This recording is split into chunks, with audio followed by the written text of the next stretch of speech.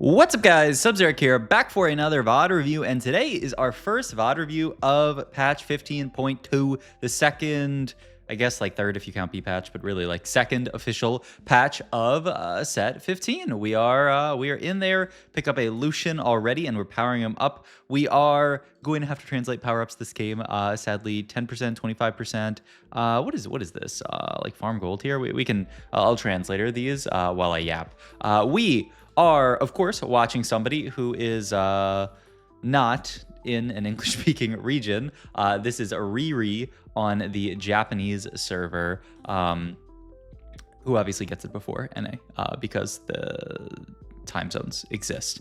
Right one was, oh yeah, okay, so that was Midas Touch. I don't know, for some reason, my head, I thought it was Midas Touch, and then I like second-guessed myself. So a lot changed this patch. I'm not going to be able to go over every single thing that changed this patch, but nerfs to the really overperforming comps, stuff like GP. He didn't quite get taken out back and shot like he would with his own pistol, but his scaling with range did get nerfed really hard. He only now shoots 2 hexes away from him. You cannot do this kind of stretchy arms things and make him infinite range and just have him sniping backline, which very good change, Riot Games. A lot of changes to the overperforming comps, stuff like Sorks getting nerfed a little bit, other stuff getting buffed up a little bit. And yeah, I mean, really, I just want to hop in and see what Riri plays here and see how the game shapes up here. We have, I mean, a couple of Lucians here. I would say, you know, Sorks nerfed a little bit to probably, hopefully be in line with the other kind of like verticals. So, you know, you could take a Sork emblem and play into that. But, you know, who knows? This is new Treasure Hunt, which actually got nerfed. It's called Treasure Hunt, right? This one got nerfed quite hard, actually. So stage 6 and 7, you get literally nothing. Now you only get them up to stage 5. Your stage 4, one of the cash outs being random artifact, now gives a random completed item. So that's usually going to be worse. There's some situations where it might actually be better. They also removed some other of the stage 5 cash outs, so you can't get Tactician's Crown and 2-star 5 cost.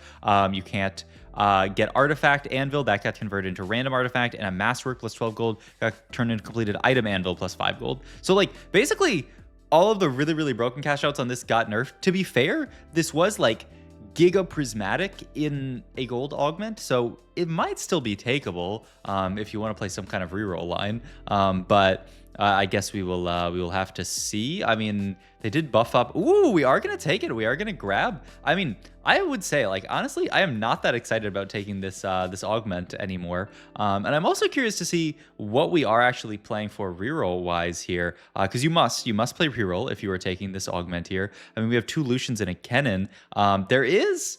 So Lucian got changed in a few ways. The biggest way that he got changed is that well, maybe not the biggest way, but a significant way that he got changed is that you can no longer get Bullet Hell on Lucian, which was his best power up by far. It was just insanely broken on him, which, you know, sucks that you can't get that anymore. And they nerfed a couple of things about him. They nerfed his mana refund per miss on 1 and 2 star. But on 3 star, they did actually buff this Lucian unit. And yeah, it's looking like a Lucian reroll line. So Lucian 3, the cat, every time I record a video, this cat wants to bonk this ball around. His ability damage got buffed up. So at 3 stars, ability damage got buffed and his mana refund went up. So, I mean, Lucian 3 got a straight up buff, aside from the fact that you can no longer get Bullet Hell on him. And so I think Riri is going to try out a Lucian reroll line. That person had Sork Emblem, but I mean, I can't really, I don't think Lucian Sorcerer's reroll is that common. There is this kind of nice, obviously, and he's searching, I'm not sure what unit there because I don't speak Japanese. Oh, at Kai Watanabe. Kai, can you translate what he control F for there? That would be, I mean, it's fine. Other way, he's probably looking at like Lucian changes and being like, oh, what did they do to Lucian again? What did they do to? Oh, actually, I think he was looking up Treasure Hunt. And oh, he's gonna go into the stats here and look at Lucian 3 itemization. I mean, the stats really like blue buff, it looks like, to get just a really quick cast and start having him go off here. Yeah, it's kind of interesting. The stats love blue buff that much, and then after that, build JG. I mean, must be blue buff JG guard, right? Like, because he's shooting all these pew, pew, pew, little thingies, it makes a lot of sense to build Guardbreaker on him. I would certainly think. Yeah, I mean, I mean, I'm a stats lover as much as the next guy, but it might be a little much to look at stats like a few hours into a patch being out. I mean, the stats that we have right now are very limited. Once tomorrow hits, we're gonna have a lot more like complete stats and all the broken comps and things like that. One thing that I was looking at in the stats, the stats I was looking at least today, showed that Soul Fighter was performing pretty well, which is interesting because it didn't really get changed that much. But you know, when everything else gets nerfed, sometimes that makes another comp better. So maybe that's something that we'll see. I mean, I'd love for there to be another one of these viable lines. Hey, Kitty, you are in a horrible spot there, but that's probably fine. We are going for... Oh, okay. Well, one, let's look at the power-up that we chose here. And you might say, what the heck? Why are there... why do we already have another power-up here? We took middle. It's because we are in this new portal. They added some new portals this patch, and one of them is you get your second power-up. No, Kitty. No, down. Not on there. He took middle. Oh, he did. That's just the standalone. 35% extra HP if he stands alone on the same row as him. He skipped Atomic and Tankzilla for that. I think I like standalone. It's just generically, you know, good tank item. He's really still delving into the stats trying to figure out BIS Lucian 3-6 work. But I mean, it must be JG Guard, right? I mean, there's no way it's not. I mean, I guess we'll see if this becomes a really refined reroll comp. But yeah, I mean, certainly looks like we are just going to straight up play Lucian reroll. And yeah, I mean, he's going deep into the stats here, trying to figure out what he wants to build here. Item-wise, we come back with a few more tank items. Probably going to have to turn this tier into something like a Redemption. The sword is a little bit awkward as well here. You almost feel like you have to make Gunblade, but you really don't want to have to. All right, let's roll down here. We're definitely going to roll down at least to get our first proc here of the treasure hunt here. And we're also quite close to Lucian the third here, so you wouldn't feel too bad about that. We can opt to make a Void Staff here, so yeah, we are going to slam that. And the Sunfire as well, just to, I mean, get both of those done. We got our heal cut down and our MR shred here, and he's gonna roll a few more times here, saying, you know what, we're actually pretty close to Lucian 3, so no downside to really rolling here. We are 6 loss streak here. We do have to start winning at some point. I guess that's gonna be 3-5. I mean, a Mana Mazane has to be good on Lucian if we can pick it up. There's also Sniper's Focus, I guess, but I mean, Mana Zane blue buff tends to perform very well whenever, well, it used to perform well. It's actually probably not as good these days now that blue buff doesn't give the ability to, you know, like make your mana lower. So it's actually probably kind of a non-bow now. But hey, I mean, Mana Zane never bad on units like this, Sorks, where you have all of this AP, all you need is to cast, and this does exactly that. I mean, it's why, you know, Shojin is so good on a unit like Karma. It's just, you just got to get him casting. But yeah, the biggest downside right now is he just doesn't do any damage. We need to kind of move this Void Staff over, eventually move this other blue buff over, and yeah, just get some stuff, get some of this stuff off of Lucian. But yeah, 59 HP, we're kind of taking some damage here. Also, GP players still win streaking, still with the same old GP build. I will say, they nerf GP's damage a bit and they nerf the stretchy arms interaction. That means that you shouldn't, you know, hard force stretchy arms GP every game. But I think GP will still be a fantastic early game unit. Like anytime you're seeing GP early, you're still picking him up and trying to put items on him to item carry him because he's still farming gold. He's still an absolute beast, just in the amount of damage that he does. So you're still going to play around this unit a lot. Honestly, the question is just what line do you play in? I mean, that guy is... looks like they are playing Mentor GP. I know some people were looking at the stats and they also said the stats on Mentor GP still look not bad, which... man, if it's going to be quite funny if after, I mean, that huge patch, Mentor GP still ends up doing pretty well. And then, like, what's going to happen? They're going to start... I mean, maybe they'll be patching. I do know Riot Games, we roll down here to make the 20 here. We get double dupes here. Is not bad from the perspective of hitting our stuff here. And now we're one off Kennen 3, roll it down, hit Kennen 3 and Luciano 3 here. Move the Void Staff over, gonna get the JG made. Beautiful stuff here. Actually gonna leave the Void and, gonna move the blue buff over because, yeah, I mean, who cares about the mana gen from blue buff? Okay, so, I mean, smart call here from Riri. I do imagine the Void Staff's going to get moved over eventually as well. But for now, this makes the most sense, actually, because Void Staff actually does give decent kind of like stats from the perspective of just like doing damage, doing stuff. Whereas this blue buff, it's really just completely useless because the mana gen, I mean, we're casting so much already. We really do not need mana gen whatsoever. So smart stuff here, itemization-wise. And I mean, now that we've hit, I mean, that last fight looked pretty good. The Mana Mazane is doing a lot of good work on this Lucian. We already have the Swain here. We're just waiting to pick up our 4 costs here, our Karma and our Yarvin, who I have to imagine are still going to be the plays on this board. Can't imagine we play anything else. Lucian, by the way, when he whiffs his shots, I mean, he's refunding a lot of mana. What is the numbers now? So he refunds 15 per. Oh wait, actually, okay. Let me look at the Lucian stuff and then let's look at this. So he fires 4 shots on 3-star. He refunds 15 mana per missed shot, which means he gets 60 mana back if he whiffs his entire ult. And so then he casts a time and a half. Like, you almost at 3-star don't mind him whiffing because he's actually getting more back after that, which is hilarious. All right, now we are moving Midas Touch here.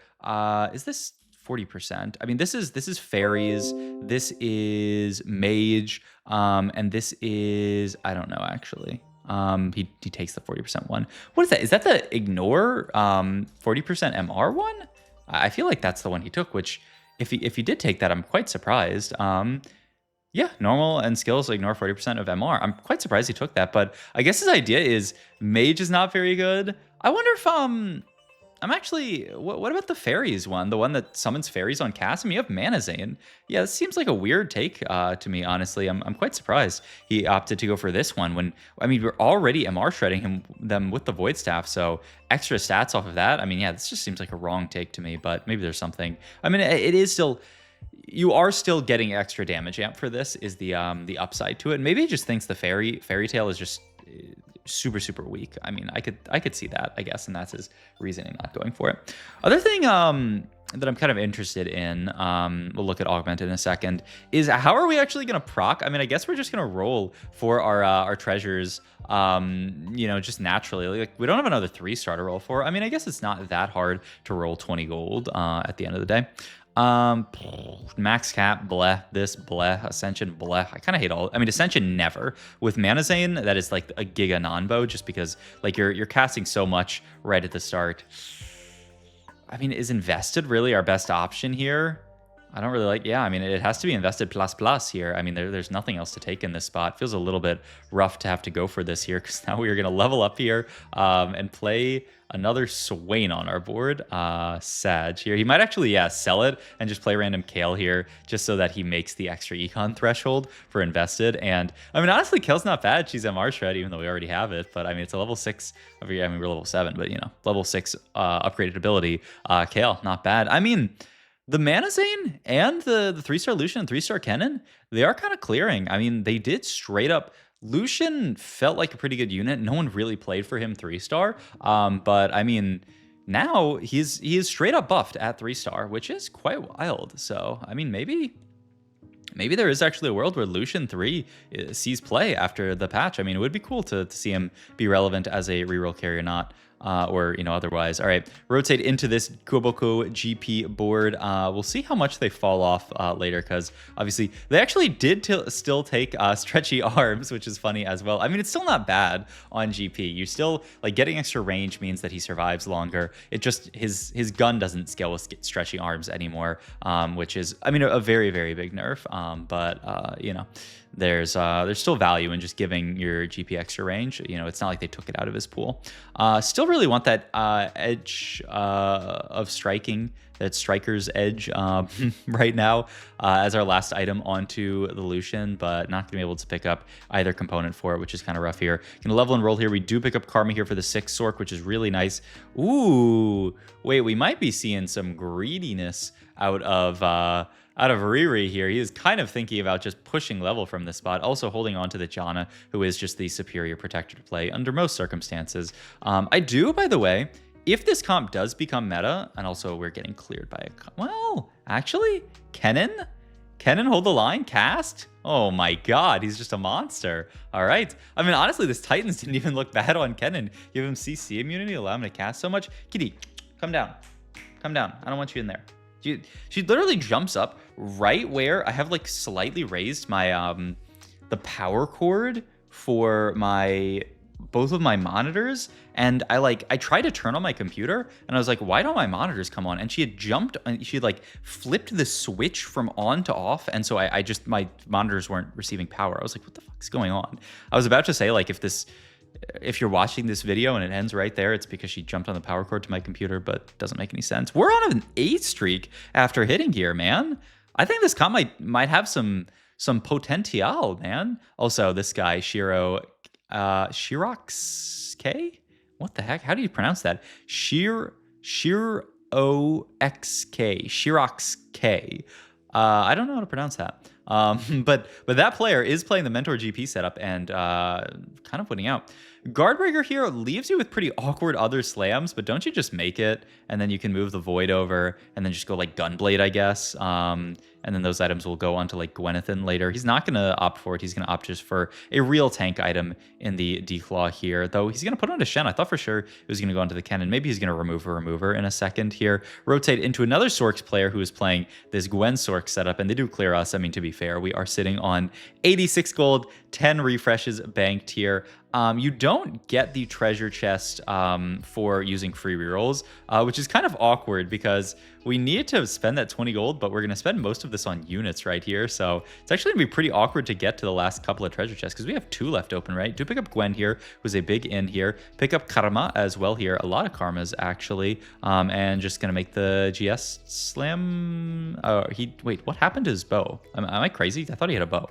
No, I don't think he has anything left to slam. He's just holding the sword here, and the Declaw wants to move over to Kennen, which he will move over the next round. Yeah, sold the unit with the Declaw on it to make life easier for himself. And he's even going to open sell the...